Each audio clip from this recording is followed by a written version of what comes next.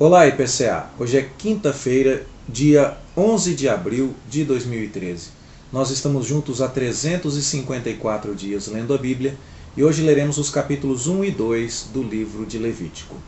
O livro de Levítico começa logo que a narrativa do livro do Êxodo termina. Nós sabemos que o tabernáculo foi construído, foi inaugurado, a presença de Deus estava ali no meio do tabernáculo, e no final do livro do Êxodo nós vimos que Moisés ainda não tinha permissão para entrar no tabernáculo porque a glória de Deus ali estava. Deus, em sua presença gloriosa, enche aquela casa que mandou construir no meio do seu povo, mas essa convivência de um Deus santo com um povo pecador ainda precisa ser regulamentada para que a santidade de Deus não consuma o povo. E então, para que essa convivência seja possível, o povo de Deus deve ser santificado por ofertas e por sacrifícios que são dignos da majestade de Deus, e também por esses mecanismos que vão possibilitar a convivência do Deus Santo no meio do seu povo, que agora também deve ser santo por causa dele. É por isso que o livro de Levítico é o livro da Bíblia que mais fala sobre santidade. A palavra aparece mais vezes neste livro do que em qualquer outro livro. E a ideia então é que este livro nos dá o manual de comportamento e de conduta para os israelitas, para que vivam de forma tal que agrade a Deus e seja então o cumprimento das exigências de Deus para com seu povo, para que essa convivência de Deus com os israelitas fosse possível. Nós sabemos também deste livro que ele foi escrito num espaço de tempo bastante curto. Se no livro de Gênesis nós temos milhares de anos desde a criação até cerca do ano 1440 a.C., e no mínimo de Abraão, Isaac e Jacó, dos capítulos 12 em diante, nós temos pelo menos 3 gerações, mais de 250 anos. E, por outro lado, no livro do Êxodo, nós temos os 80 primeiros anos da vida de Moisés sendo narrados. Aqui no livro de Levítico, nosso espaço de tempo é muito curto. Nós vemos no capítulo 40 do livro do Êxodo que o tabernáculo foi concluído no primeiro dia do primeiro mês do ano segundo, como se fosse o 1º de janeiro do ano seguinte à partida do Egito. E lá no livro de Números, no capítulo 10, a partir do verso 11, nós vemos que a nuvem se ergueu do tabernáculo para que o povo começasse a marchar aos 20 dias do segundo mês, como se fosse, portanto, o dia 20 de fevereiro do segundo ano. E aqui então nós entendemos que o livro de Levítico está inserido nesse espaço, nesse curto espaço de cerca de 50 dias. De 1º de janeiro, se assim fôssemos chamar, até 20 de fevereiro, se assim fôssemos chamar, do segundo ano em que o povo de Israel havia partido do Egito. O tabernáculo levou 9 meses para ser concluído, mas as instruções que estão neste livro duraram 50 dias. E nós vamos ver, então, que são instruções para ensinar o povo a adorar, a sacrificar, a viver em santidade, e são um breve relato aqui de como o tabernáculo, então, foi finalmente inaugurado. Deus baixou no final do livro do Êxodo, no tabernáculo, a sua presença inaugurou a casa, mas ninguém ainda havia sacrificado.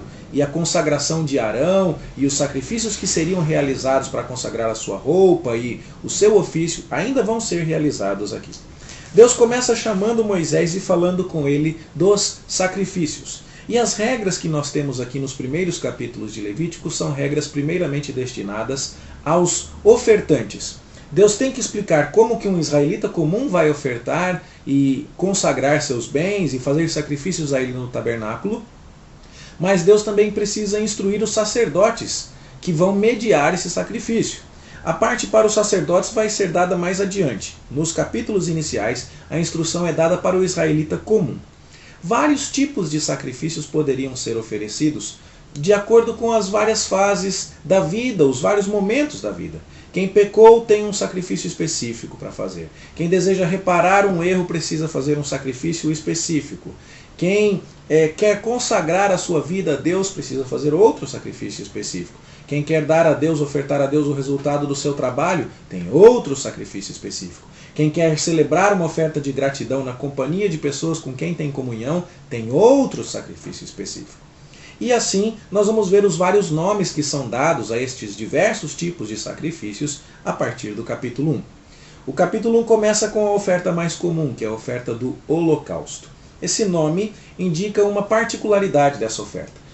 Todo o animal, com a exceção da sua pele, do seu couro, todo o animal era queimado no altar. O couro era a porção do sacerdote, uma espécie de oferta para que o sacerdote, vendendo aquela pele, pudesse se manter e pudesse ter dali o seu sustento.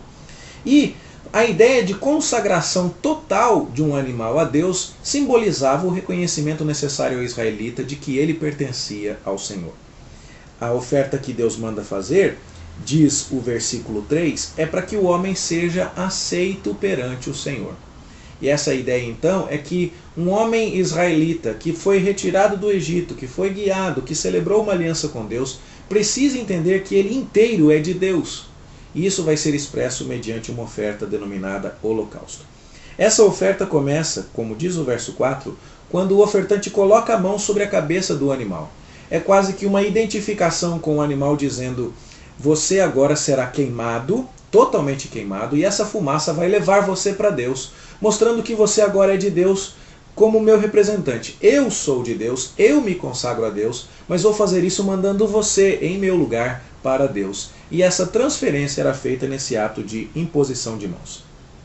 Havia também a ideia de que o pecador merecia a morte e que aquele animal sacrificado morria no lugar do ofertante para uma quitação dos seus pecados. Por isso mesmo o sangue tem um papel essencial aqui. O sangue é o atestado de óbito, a prova de que a vítima morreu. E ele precisava então ser apresentado no altar do holocausto, o móvel que ficava do lado de fora, para se ter ideia que de fato aquele animal inocente morreu no lugar do adorador culpado. O holocausto tinha que ser feito com animais domésticos e valiosos. Um animal selvagem que fosse caçado e fosse trazido para ser oferecido ali naquele altar contra a sua vontade, não cumpriria a simbologia que Deus tinha em mente. A ideia de que o seu filho viria para morrer na cruz por nós sem ser oprimido a isso, mas de livre e espontânea vontade, guiado à cruz pelo Pai. Além disso, um animal que fosse caçado não teria nenhum custo representativo para o ofertante. Já um animal doméstico desfalcaria o rebanho do ofertante e mostraria para o ofertante que a reparação do pecado tem um preço, um alto preço. Preço este que Pedro se referiu a ele, dizendo que nós fomos comprados pelo sangue do Cordeiro, que é um alto preço para Deus. Não é? Há até aquela música: eu sei que foi pago um alto preço para que contigo eu fosse um, meu irmão. Então, a ideia era que um animal doméstico viesse voluntariamente trazido pelo seu dono para morrer, como Cristo foi à cruz assim, e que isso tivesse um custo para o ofertante, como teve para Deus Pai o custo de nos dar o seu Filho, mostrando o seu amor por nós. O animal ofertado poderia ser gado comum, gado de rebanho ou gado miúdo. Isso dependia das posses do ofertante. Aqui também é um princípio muito bonito.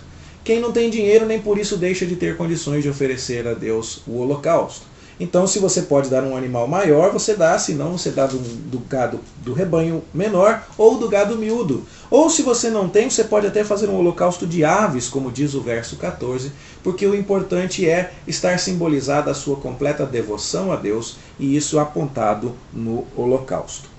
Então, você percebe aqui neste nome holocausto a particularidade deste sacrifício, consagração integral. Você percebe vários elementos da obra de Cristo aqui apontados. Um inocente morrendo no lugar de um culpado. Um animal doméstico representando o alto preço desta dádiva que Deus fez por nós. Um animal doméstico mostrando que ele não vai até a morte contrariado. Você vê aqui então muitos elementos que nos fazem entender que Deus já estava mais uma vez apontando para a pessoa do nosso Senhor Jesus Cristo. Esse é o assunto do capítulo 1. O capítulo 2, por sua vez, trata da oferta de manjares. Eu, pelo menos, quando ouço a palavra manjar, eu me lembro de um doce de coco que a minha avó fazia, que parecia pudim e que vinha com ameixas pretas, um pudim branco. Mas manjar aqui não quer dizer nada disso. Trata-se de um bolo salgado, feito de grãos, e que podia ser de grãos crus ou de grãos cozidos. Mas, de qualquer maneira, a ideia era que você consagrasse a Deus o resultado do seu trabalho. Você se apresentasse diante de Deus dizendo: Senhor, plantei e colhi na terra que o Senhor me deu, mas isso é dádiva sua, tudo que eu tenho veio do Senhor, aqui está o reconhecimento disso. Então, essa oferta de manjares era feita com flor de farinha, uma farinha fina, uma farinha refinada, e na qual se deitava azeite e incenso às vezes. A ideia de comer incenso pode nos parecer estranha, mas se você esteve assistindo os vídeos do livro do Êxodo, quando mostrei incenso no final do vídeo, você deve ter visto o meu comentário de que muita gente ainda lá no Oriente Médio atualmente come incenso. E a ideia então era que isso tudo ajudava o povo a entender a consagração daquela oferta para Deus. O azeite, que era o mesmo combustível do óleo do candelabro, o incenso, que também era queimado para Deus lá no altar do incenso, tudo isso era colocado sobre uma massa de bolo que era feita sem fermento e era queimada para Deus em porção memorial. Apenas uma parte do bolo era queimado no altar do holocausto e o resto era dedicado ao sustento dos sacerdotes, a Arão e aos seus filhos. Essa oferta, diz o verso 4, podia ser cozida no forno, ou cozida na assadeira, como vemos no verso 5, ou podia ser feita na frigideira, como vemos no verso 7. De qualquer modo, ela sempre significava esta mesma coisa. Os ingredientes do azeite e do incenso deviam estar presentes, mas não poderiam estar presentes o fermento e o mel.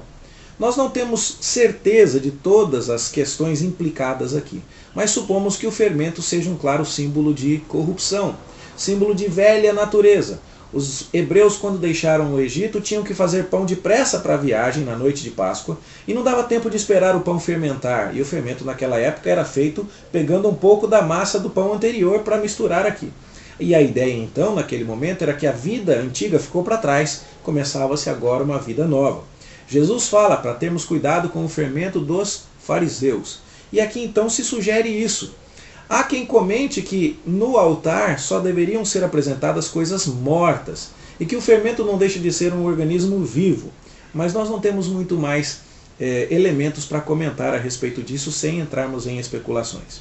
O mel também é um elemento aqui de certo mistério, mas há alguma evidência de que o mel fazia parte das ofertas pagãs em Canaã, ofertas essas que eram dirigidas aos deuses pagãos. Então Deus com isso estava querendo apontar para a necessidade de que o culto feito no tabernáculo não imitasse as práticas pagãs de adoração idólatra. E aí então nem fermento nem mel estariam presentes. Pelo contrário, o ingrediente não poderia faltar, o sal. Sal que é chamado de sal da aliança. O sal tem a propriedade de preservar, não é? Aquilo que é bom para se comer, mas tem também a propriedade de matar aquilo que se pretende destruir, não é? Quando você, mais à frente no cânon da Bíblia, você vai ler, quando algo era para ser destruído e aniquilado, jogava-se sal sobre aquilo. E isso tem a ver com a aliança de Deus, uma aliança que era um pacto de sangue, um pacto que preservava aquilo que era bom, o relacionamento de Deus com o seu povo, no caso em que o povo fosse obediente, mas que por outro lado tinha a implicação da morte para os rebeldes. E nós falamos muito disso quando tratamos de Êxodo 32, 33 e por aí vai, quando a aliança foi rompida com a fabricação do bezerro de ouro. Não é? E aqui então o sal lembrava esses elementos, é o que nós supomos, certo? E essas ofertas então, no caso das ofertas de manjares, apontavam a consagração do fruto do trabalho para Deus. O reconhecimento e a gratidão de que tudo que foi plantado e colhido veio de Deus. E que agora, como o azeite e como o incenso, eram consagrados a Deus, não conforme as práticas pagãs e nem conforme a situação de pecado, por isso nada de fermento nem de mel, mas uma oferta que simbolizava a aliança de Deus com o seu povo e que por isso mesmo receberia sal. A outra ocasião em que essa oferta poderia ser oferecida era por ocasião das primícias. Na época da colheita, você traria então um manjar das primícias, que nesse caso era feito ainda de espigas verdes, quando o grão não estivesse ainda completamente amadurecido. Não é? E em tudo isso, mais uma vez, repetimos, a consagração da produção agrícola era feita ao Senhor. Estes são os dois primeiros sacrifícios que compõem a parte inicial do livro de Levítico, onde as instruções são dadas em primeiro lugar ao adorador comum. Amanhã, se Deus nos permitir, nós vamos ler sobre outros sacrifícios e continuar a entender de que maneiras Deus estipulou ser servido e ser adorado pelo seu povo. A grande questão em vista aqui é que, de fato, a intercessão de Moisés foi atendida. Aquela intercessão depois da adoração do bezerro de ouro foi ouvida por Deus. O tabernáculo foi construído. Deus encheu o tabernáculo com a sua glória. Num primeiro momento, a glória de Deus impedia até mesmo que Moisés se aproximasse. Mas agora Deus chama Moisés e dá a ele instruções para que tanto ele quanto os hebreus possam se aproximar de Deus. As instruções dadas nestes 2 capítulos nos mostram que Deus está disposto a aceitar a vida dos adoradores completamente, mediante a oferta do holocausto, e também as ofertas de gratidão e de reconhecimento de que tudo o que viessem a ter, a produzir, a plantar e colher, também vinha de Deus, o que era apontado na oferta de manjares. Amanhã, se Deus quiser, a gente estuda os sacrifícios pacíficos e a oferta pelo pecado, mas por hoje, cremos que estas são as lições que temos. Aqui já temos Cristo sendo apontado para nós. Ele morreu em nosso lugar, como aquele animal em quem se punha a mão sobre a cabeça dele morria. Ele derramou o seu sangue, a prova da sua morte, a morte de um substituto inocente. Alguém que teve um alto custo por ser dado pelo seu pai que o amava, assim como um animal tinha que ser doméstico para ser sacrificado. Alguém que foi à cruz por sua própria vontade, da mesma forma que um animal doméstico era guiado e não um animal que foi caçado contra a sua vontade e teve sua liberdade tolhida para ser queimado ali naquele altar. E Cristo consagrou ao Pai todo o resultado do seu trabalho. Eu e você fomos comprados por Cristo e agora fomos aproximados do Pai por causa da obra de Cristo. E então nós somos a herança que o Senhor Jesus Cristo conquistou na cruz. Aqui a ideia de que o que o trabalhador plantava e colhia era consagrado a Deus também apontava para isso. Há muitas outras maneiras de enxergar essa simbologia, mas eu creio que com esses elementos nós já entendemos como o Evangelho está sendo esboçado aqui no livro de Levítico. E se há algo que você vai perceber ao estudar este livro, é que fica muito mais claro entender o que é que foi que Jesus Cristo fez na cruz e como um israelita seria capaz de compreender isso, tendo a base, a compreensão tanto do tabernáculo quanto dos sacrifícios nele realizados, conforme são apontados no livro de Levítico. Eu espero que esse estudo abençoe profundamente a sua vida e que a gente continue firme, prosseguindo aqui, para conhecer e admirar e amar cada vez mais o nosso Deus. Bom estudo para você e até amanhã, se Deus quiser.